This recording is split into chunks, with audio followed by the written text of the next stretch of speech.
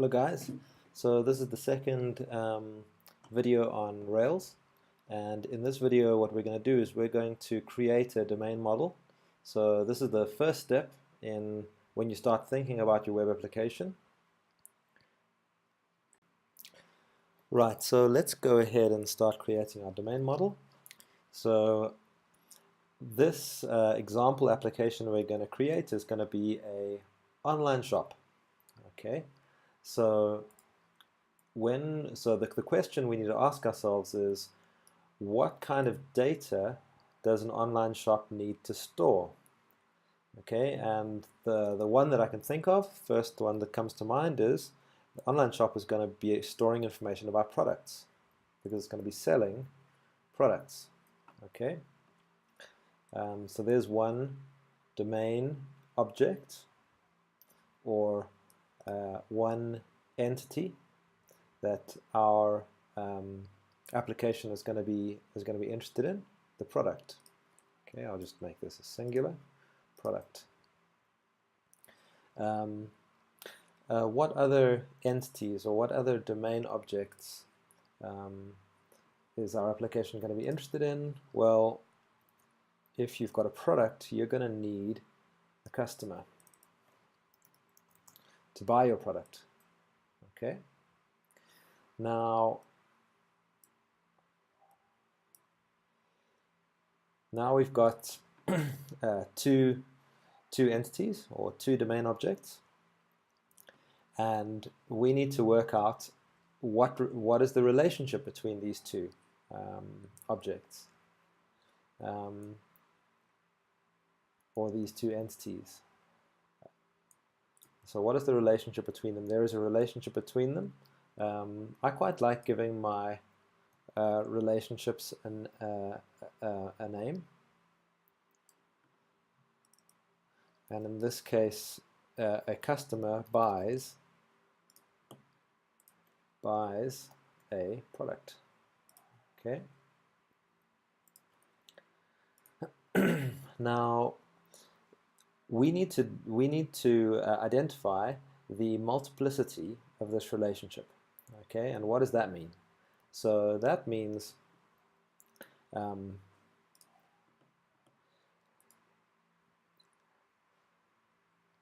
so let me just do the multiplicity and just speak it through as I say it, and I think that should probably explain it quite well. So a customer can buy many products. Okay, to be specific, a customer could buy 0 or more products. Okay, but just to keep things simple, a customer can buy many products. Okay, a product can be bought by many customers. Okay, as I say again, to be specific, a customer could be bought by 0 or more customers, but just to be simple, a product can be bought by many customers. So the multiplicity of this relationship is a many to many. So this is a many to many relationship. Now there's a rule in entity relationship modeling, and by the way, entity relationship modeling is something you can go onto Google and you can search for, and you'll find plenty of documentation on it. But there's a rule in entity relationship modeling that if you have a many-to-many relationship, you're missing a table. There's a table in between here. Okay, so what is that table? It's called a joining table. Okay, but what is that table? So I'm going to just split up this relationship. Okay, we don't want to have a many-to-many relationship. Okay, I'm going to just take all this stuff out of the way for the moment.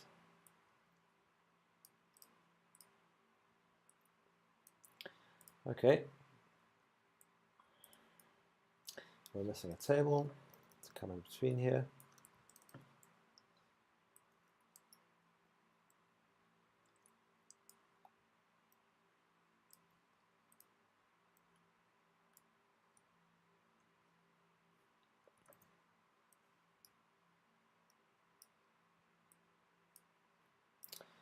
Right, and the table that is in between here, well, it makes sense to me to make this the order table. So I think this is what's missing. Okay, so there is an order entity or an order object, domain object, sitting between a customer and a product. Okay, so a customer,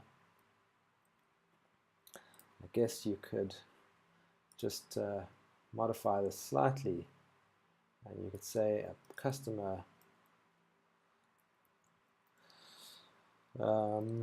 could you say places an order?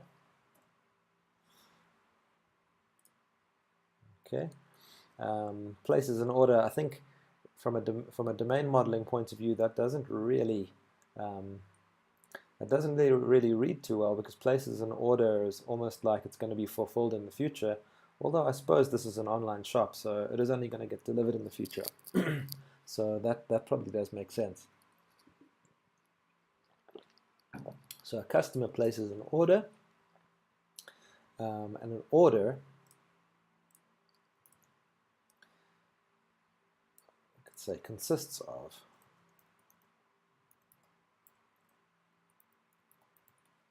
products, or is made up of products. Okay, right, so let's work out the multiplicity here.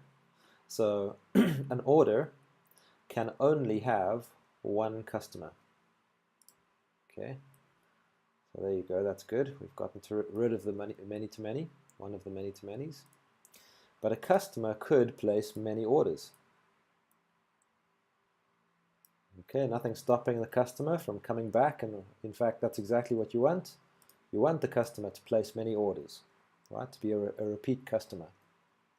But an order is going to belong to only one customer. Great. Now let's work out the multiplicity here. Well, an order can have many products on it. That's another thing that's a good thing, right? You want people to buy lots of stuff. You want your orders to have the maximum value. So you want your orders to have as many products on them as possible. And a product could be on many orders. Okay. So you want a product to be sold many times to many different people. So yes, a product could be on many orders. But here again, we've got a many-to-many relationship, which means we're missing a table here. Okay, so let's go ahead and let's put a table in.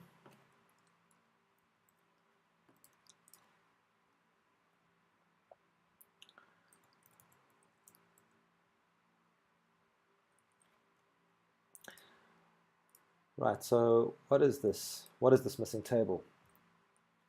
So this missing table, I'm going to call it the order item table.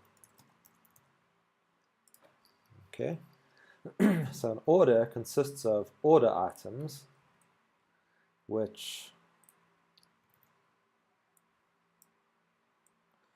I don't know what we can label this as. An order item which is a product. I guess that's okay. An order item is a product. Okay. So now let's have a look at what this has done to our multiplicity. So an order can consist of, I'll say order has order items, and an order item is a product. Okay, so an order can have many order items, yes. That's a good thing. You want your orders to have as many order items on them as possible. Okay, and an order item will only belong to one product. An order item will only belong to one order. Okay, so if you think about an order as in like a piece of paper, you know, that piece of paper will have a little table on it with a bunch of rows, kind of like an invoice. And each of those rows will be a particular product with a price, quantity, and those are your order items. Okay, so an order can have many order items. An order item can only belong to a single order. Okay, so there you go. We've gotten rid of our many to many there, and then the order items. Right. So an order item is a product. Okay, so one of those rows on that order is one product. Okay, so an order item is a single product for a single product, but a product could have multiple order. A product could appear on multiple order items, definitely. Okay, so multiple order. So you know, if you've got multiple orders for the same product, then that's going to appear on multiple order items. So there you've got a one-to-many. So there you go. What we've done is we've done our domain modeling, our entity relationship modeling. We've got a customer who can place an order. An order has order items, and an order item is a product. Okay, and we've defined our multiplicities there. Okay, that is our domain modeling complete. Oh, hang on, sorry. There is one step that I still need to do. Right, so we've identified our entities and we have defined the relationships between the entities and the multiplicity of the relationships. Now we need to define, well, what are going to be the fields, the properties, or the attributes. These are all different ways of saying the same thing. The fields or the properties or the attributes of our entities. And we'll keep this font quite big so you can see it. I'll just make these boxes a bit bigger.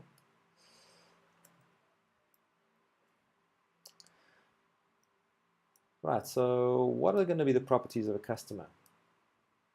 Well, we're going to keep it simple for our example, but a customer is going to have a name. A customer is going to have an email address. A customer might have a contact number.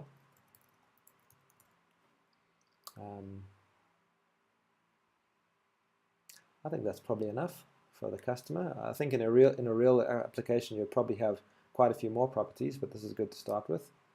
I'll just remove these bullets just to, I think that makes it a little bit easier to read.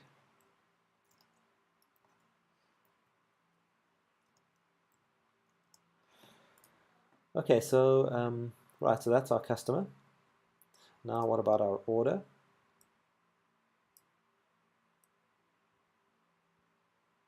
This is really going to mess up my diagram. Let me try and move this across.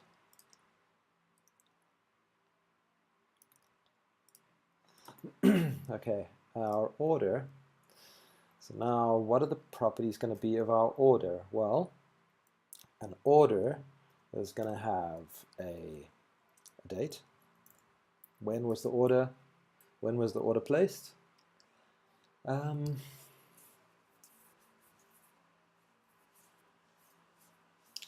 That's about the only property I can think of for our order, so I'm just going to leave it at that.